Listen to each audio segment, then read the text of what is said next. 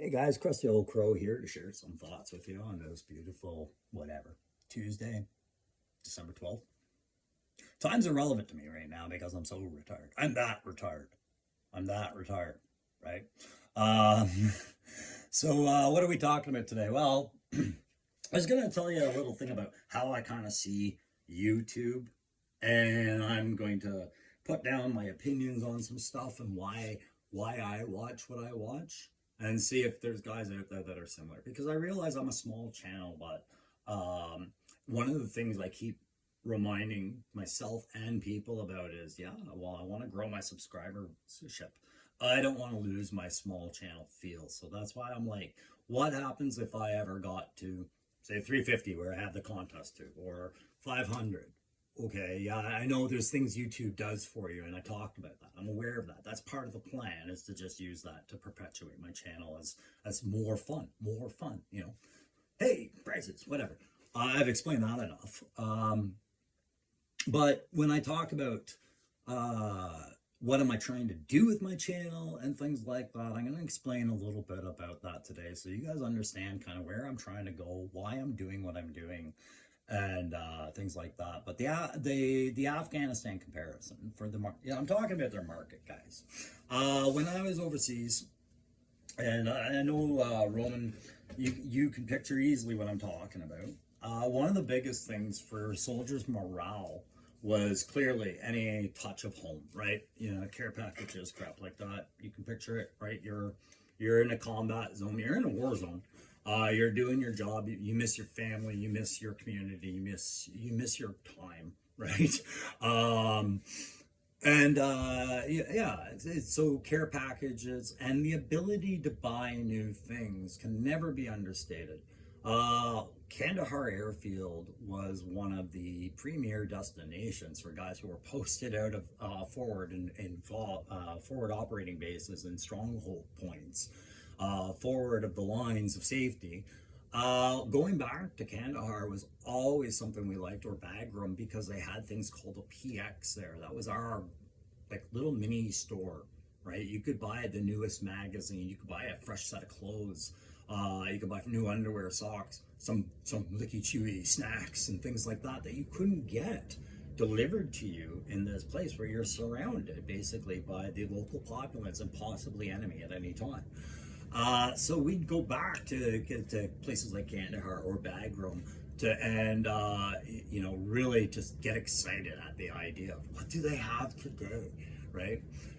And sometimes we were lucky enough. I know in 2004, the place I was stationed at was a camp there, and we had what was called the Bazaars show up once a week, if security could allow it, if the threat situation could allow it.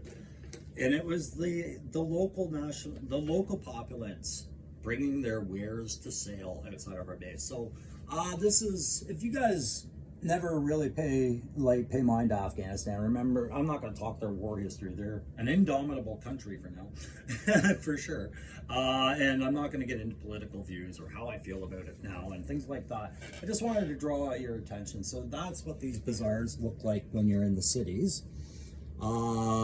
And there's the PX I was talking about, right? The bazaars. So you see cement walls and everything, like they're made to be bombed, like ready for a rocket attack. Yeah, rocket attack while you're shopping happens all the time, guys. But this is more like what ours looked like outside of our base when we would be fortunate enough to be allowed to have these show up here. And what they are is they're all selling pretty much the same crap, guys. And by your standards in a first world country, or first world problems, everything there is junk. And it's true, a lot of us came back home with this stuff that was so great that we bought it at the time, but when we got back home with amongst our own stuff, we just went tink. No, this has a memory, rest of it screw it, right? So what were they selling in that market? They were all selling the same thing: DVDs, smokes, Afghan rugs, chest sets, and homemade accessories for your rifle, like mag pouches and dust cases and things like that. It was all very, very similar, right? And what you would do is you would go and you would see who had what, right? And some guys, their focus was more on knickknacks than DVDs. So they'd have like 2 boxes of DVDs for you to sort through, and a series of knickknacks and schmogs and carpets and pashimas and things like that for your family to buy, like souvenir stuff. And other guys were all just DVDs, right? But what you'd get is some guys would have newer movies than others, right? Some guys would deal with you personally and allow you to exchange your movie. If you got it back and said, hey man, this is a shitty burn. And things like that. You developed a relationship with each of them based on how they interacted with you and what they presented to you as their option, what they felt was going to sell that day. Now you have to understand that when I say these movies, like we're buying DVDs, if you look at your DVD shelf, you probably don't have what I'm talking about, even if you have a massive DVD collection. And it's not that the movies are any different, it's the quality, right? We're buying DVD rip burns, and every goddamn soldier there is well aware they are not buying a brand new copy of a proper DVD set. Even in these glorious box sets, man, pirate packaging, pirate everything, there's your crow moment. They did everything they could to gussy these things up, dress them up, make them presentable. And you would get some glorious cases for these movies. Glorious, like box sets and all this stuff. But there wasn't one that wasn't a DVD room. Pulled off TV. You could even see the commercials. If you bought a TV series, say you bought 3 seasons of The Unit. Yeah, you're getting 3 seasons of The Unit, but you're seeing it off of 5 different networks that they pulled it off of, right? And yes, you're seeing Team America World Police for the first time. That just came out. But yeah, you're seeing the audience in front of you, and the quality's crap, and you can hear, people laughing and eating their popcorn. Did it matter to us at the time? Absolutely not, because we were just like Joe fans when new news comes out from Hasbro. We just want to know it. Right? I just wanted to see Team America World Police. I'm not going to get to go to a theater to go see that movie. Not until this tour is over and, I'm home safe with my family. Will I get to see that the way I would prefer to? But I'll watch it here in Afghanistan in the middle of a desert on a shitty little 7-inch screen and laugh my ass off, enjoy it almost twice as much because, that's the best I can do with that, right?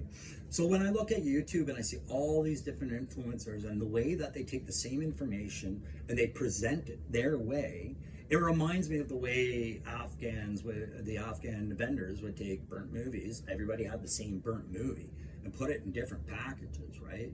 And it would depend on your relationship with that vendor, and then you would associate that good news or that good movie with that particular vendor. So who are the vendors I like going to? I like going to guys like Uncle Tim's. Uncle Tim's Conspiracy Rants and Reviews, I believe it's called right now. I find him extremely relatable. He puts out daily content all the time, and he just speaks his mind. He speaks his opinions.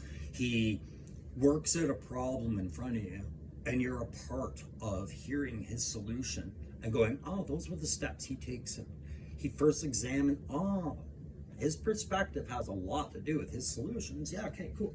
Right? Like it does with everyone, but his is very informative, like the way that he's just open about everything. And I aspire to be a lot like Uncle Tim, not necessarily that I want to do daily content. It seems that way for now, but I'm sure I'll slow down. Whatever, I just feel like it for now. But just in that unapologetic honesty. That's why you see me saying things like, guys, I have ADHD. This is why the show is kind of all over the place sometimes. Every now and then I'll mention, yeah, I got PTSD. That's why I smoke cannabis. Bring that anxiety down. Did I earn that? Sure. I guess so. But all the little flaws you see on the show where I knock over a crow or it's 2 shots for a figure, those are things I don't think I'm necessarily graceful about. But at least I'll be open about it and let you see it and let you formulate your own opinions. Why do I have all this clutter over here? Because I want to tell you a little bit about myself while I do this. But you see, I get distracted, right? So Uncle Tim was one. Aaron the Toy Maker, you're another. You're in my subscriber base, and I follow your channel. I don't watch every single video, but when I watch one, that triggers something, I tell you. And pretty much it's been every one I watched.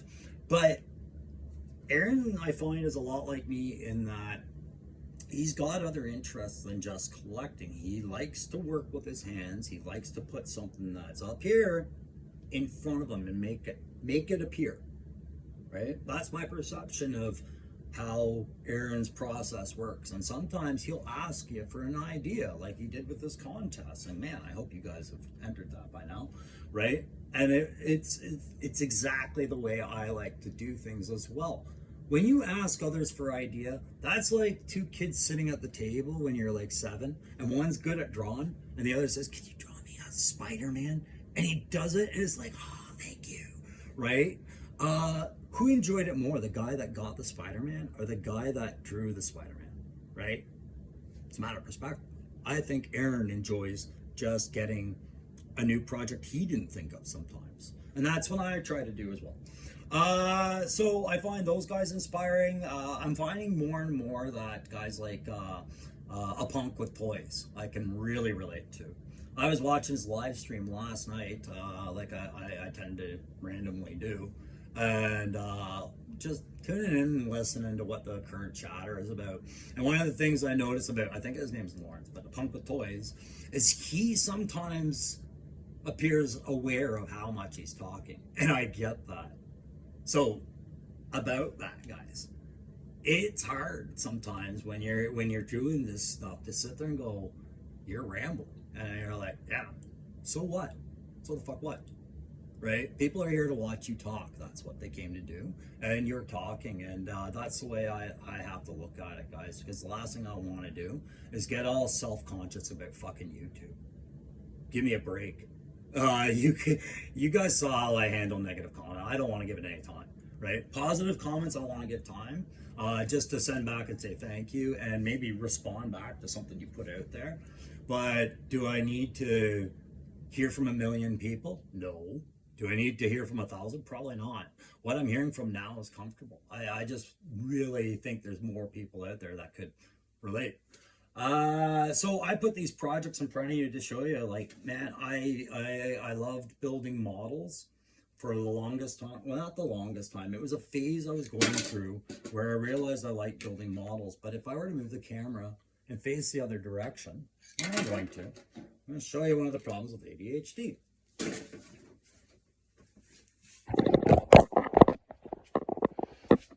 Those are all the models I've collected over the last couple of years. Some still in cellophane, and I haven't finished them, right? And much like my Joe collection, you know, I have projects that I start and finish.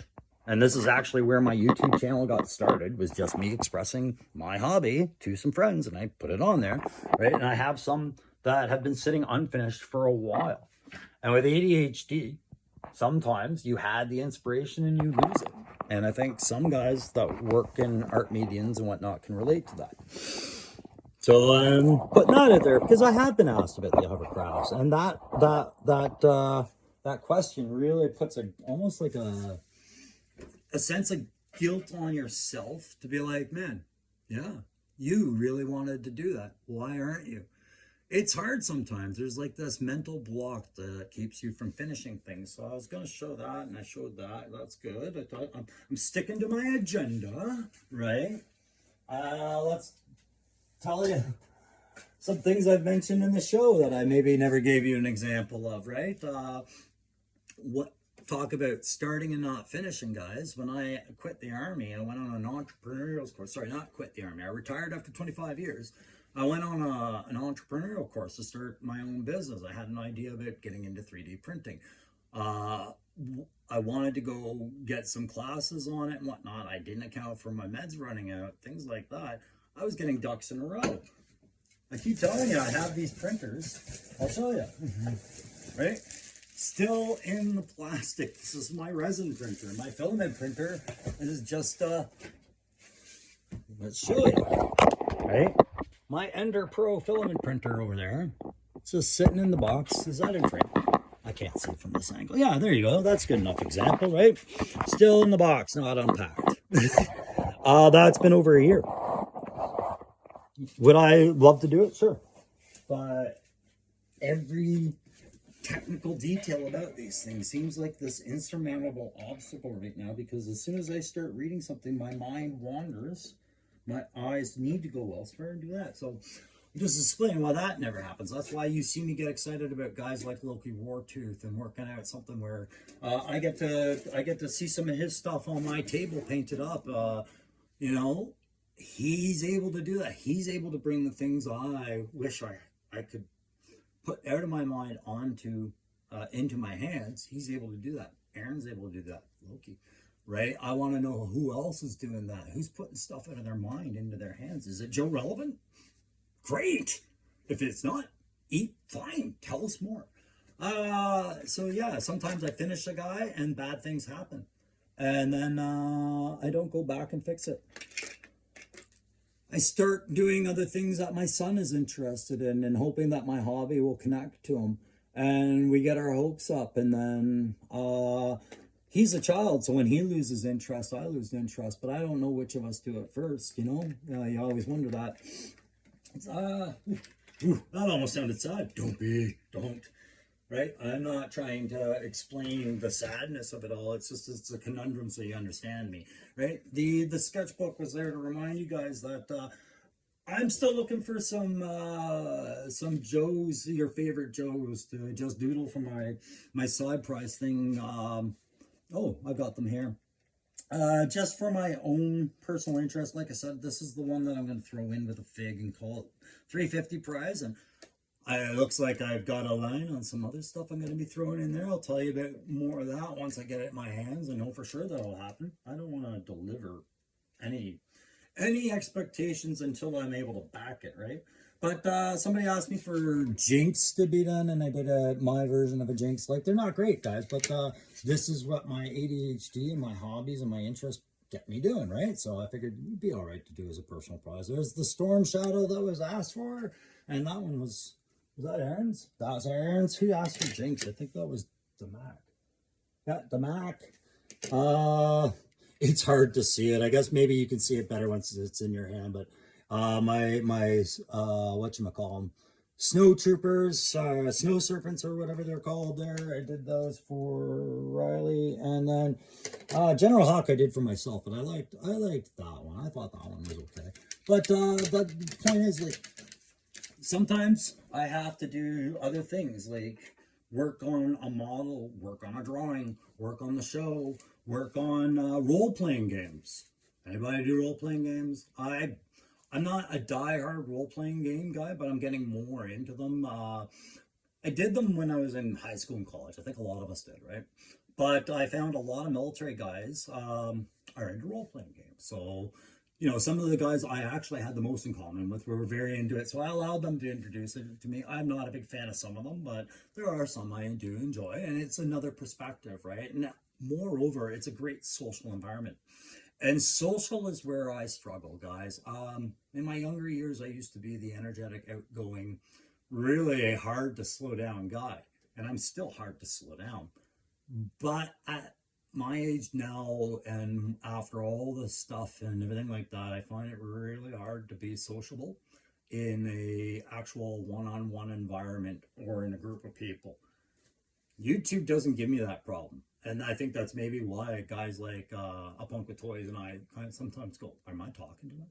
It's because when you're talking to someone, you can see a visual cue that they have something to say back to you. So you can shorten your sentence and give them the opportunity to speak.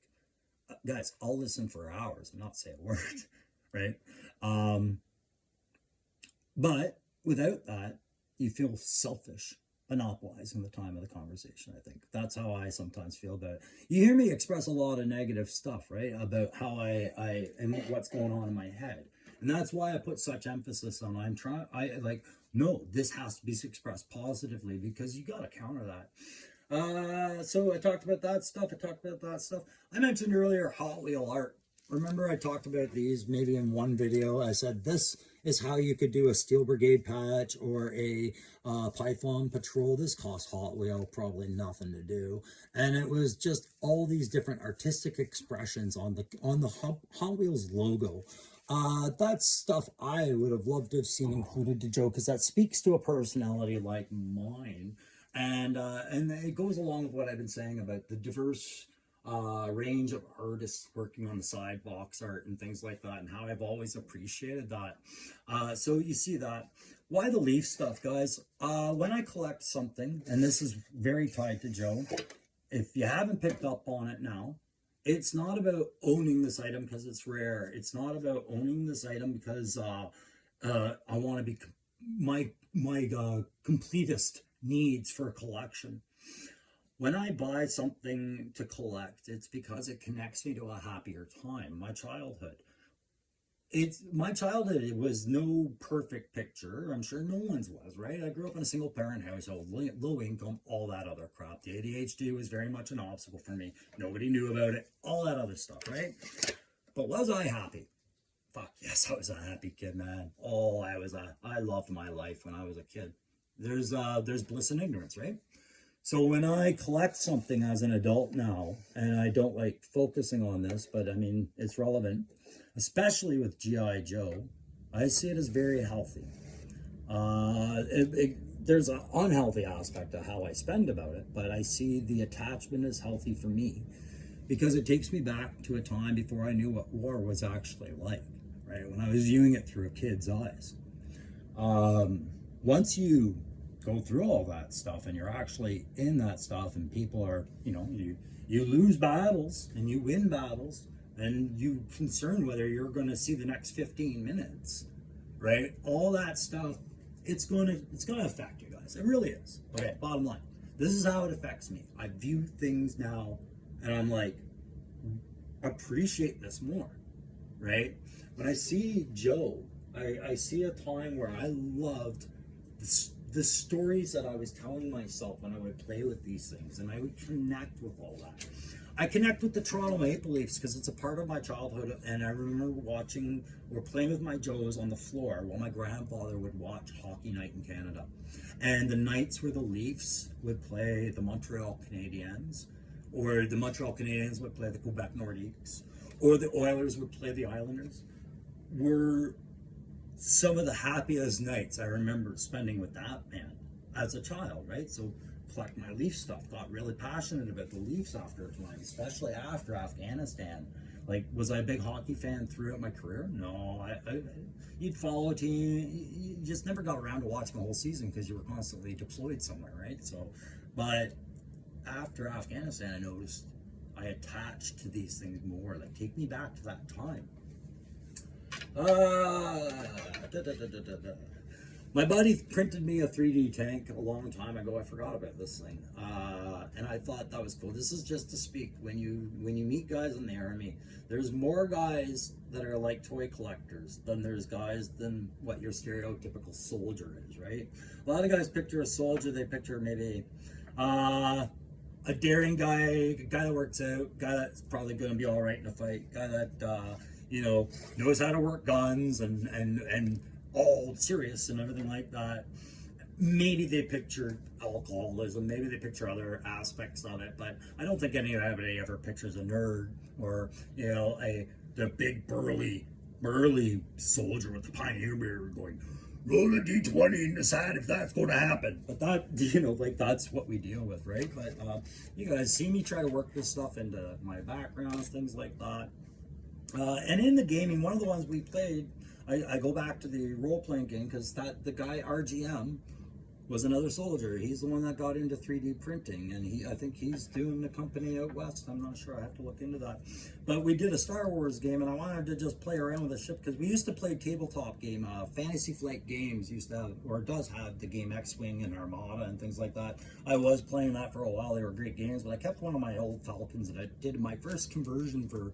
Well, not my first, but one of my conversions for our story there, and I did my own whatever. And I remember I called it the Recalcitrant Child, and everybody's like, "What the fuck's with that name?" I'm like, "It's disobedience, it's disorder." Like, I guess my mind worked differently. I don't know, but painting models was very relaxing, and it is very relaxing for guys with ADHD, working on models, working on projects, all that other stuff, because when you're focusing on that stuff, you're not actually thinking about too much.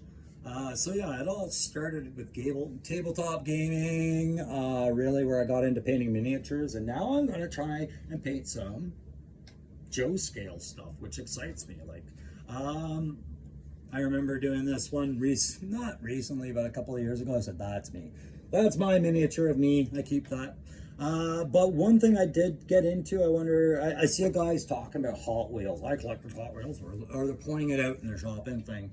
And I was kind of big into Hot Wheels for a few years. More not about buying the newest Hot Wheels, although I was doing some of that and some of the premiums. What I found excited me was the idea of doing Hot Wheel conversions. So I started trying my hand at that slowly. It was a slow build, but there was a van I did where I ordered the wheels. I bought aftermarket wheels, stripped her down, repainted it and everything like that. It has an actual interior, and I don't know why I did that. It has no opening. I guess in my mind I thought you could look through the window and see that I put seats and stuff in there. I don't know. And then, you know, I tried a cheap metal version, like some other knockoff company of Hot Wheel. I stripped theirs down and redid theirs. But the two I was happiest with, guys, was these two, and it was because I am a big fan of imperfection. I like things that are beat up, rusted, that have a history and that have a story. And to me, you know, there was a time where when I was younger, I thought everything had to look new and shiny. When you're a kid, your toys were all new and shiny when you first got them. But then they didn't stay that way. And you still played with them and you still loved them. You just accepted the faults in them. That's why you don't hear me harping so much on being put off by a QC issue or being deterred from buying something because there's a reputation behind it for QC. Because I don't give a fuck. Right? I like imperfection. It's humanity. It connects me to the thing. Yeah, when it's factory produced stamped, yeah, it's frustrating, but it's a toy that a team of people worked on, and this all started up here. It's art to me. So yeah, I get upset about QC issues like everyone else, but it's not that big of a deterrent for me if the rest of the product is connecting me the way I tell you it is to my childhood and allowing me that moment of just simple pleasure and to get immersed in that for a little while. That's another one I did. It was my little rat rod Volkswagen. Not great, but I really do enjoy learning how to do the things online, and that's where I kind of put them out there, was because one of the things I was learning about YouTube and things like that, I wasn't really big into watching videos on YouTube. I was watching videos on Facebook that were pulled off YouTube, and I saw somebody repaint a Hot Wheel, and I thought, oh my god, yes. And I was already into watching car restoration shows and things like that, and so I watched a guy teach people how to paint rust, and I thought, I just spent 5 hours learning how to paint rust. Only a guy into his arts would ever want to do that, right? Most people don't want rust. I want to learn how to paint it. You know, and I showed you this before, like working on miniaturizations and dioramas was always something I've been dancing around. Sometimes I finish them, sometimes I don't, but God, I want to finish them, you know?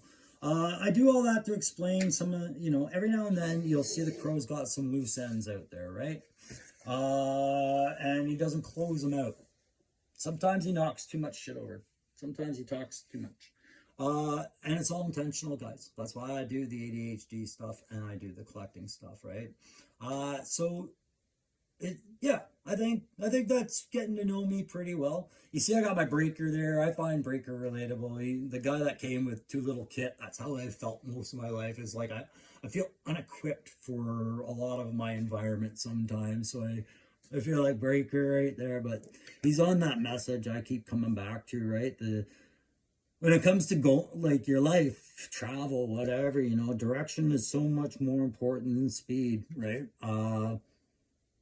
Yeah, can I improve this channel? Probably. Do I want to grow it? Yeah, a little bit. But do I want to have the right subscriber base? Yeah, that's the most important thing. And I think that's what's more important to guys like It's Chad. Sorry, did I say It's Chad? Well, yeah, throw him in there. But A Punk with Toys and Uncle Tim and myself and Aaron and yeah, It's Chad, Toy Misfit, all these other guys. It's about getting the right subscriber base for you. Some guys want all the subscribers, right? As many as possible. They want to take it to the limit. Other guys want, like us, want I think, well, definitely like me. I'll speak for myself. Want more like-minded individuals, so my content actually has somewhere to resonate, right? And that's kind of hard as I get older. But I think my age market, the guys that are over 45 and 50, we are very present in the GI Joe community. Maybe not so much in other communities, and maybe we aren't as tech savvy, so we're not doing as much with the YouTube stuff and ordering and doing stuff. And that's what I keep telling people, man. Like, I have never used like Facebook or YouTube or anything to do exchanges and things like this. This is unfamiliar ground for a lot of guys my age, but I just thought you guys might get a kick out of this. I forgot to mention this. Yeah, I did find out something else new last night on Punk with Toys channel, and I have to look into this. But you know, I don't always push out that like, share, subscribe, notify, whatever stuff on time. I keep leaving it to the end because clearly it's not at the forefront of my mind, and that's sabotaging myself. What I didn't realize is, I guess there's algorithms, yeah, which makes sense, that are picking up on things. And I do look at my analytics. I know it's tracking my views and tracking where my subscribers are, and you know, which type are watching the shows.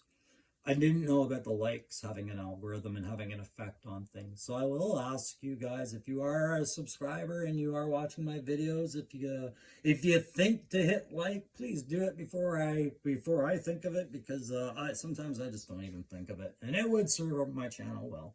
I think that's where I'm going to leave it today, guys. That's Hot Mike. Just some senseless rambling. You guys have a good one. Hit me back with any comments, concerns, and definitely, if you guys have some stuff you want to share with the others, but hey, I'm very interested in art, and I do this. My Joe collection looks like this. This is what I do differently, or this is what I value. You hit me up. I'll put your messenger name in there like others had before. That's how I got in touch with one or two of you.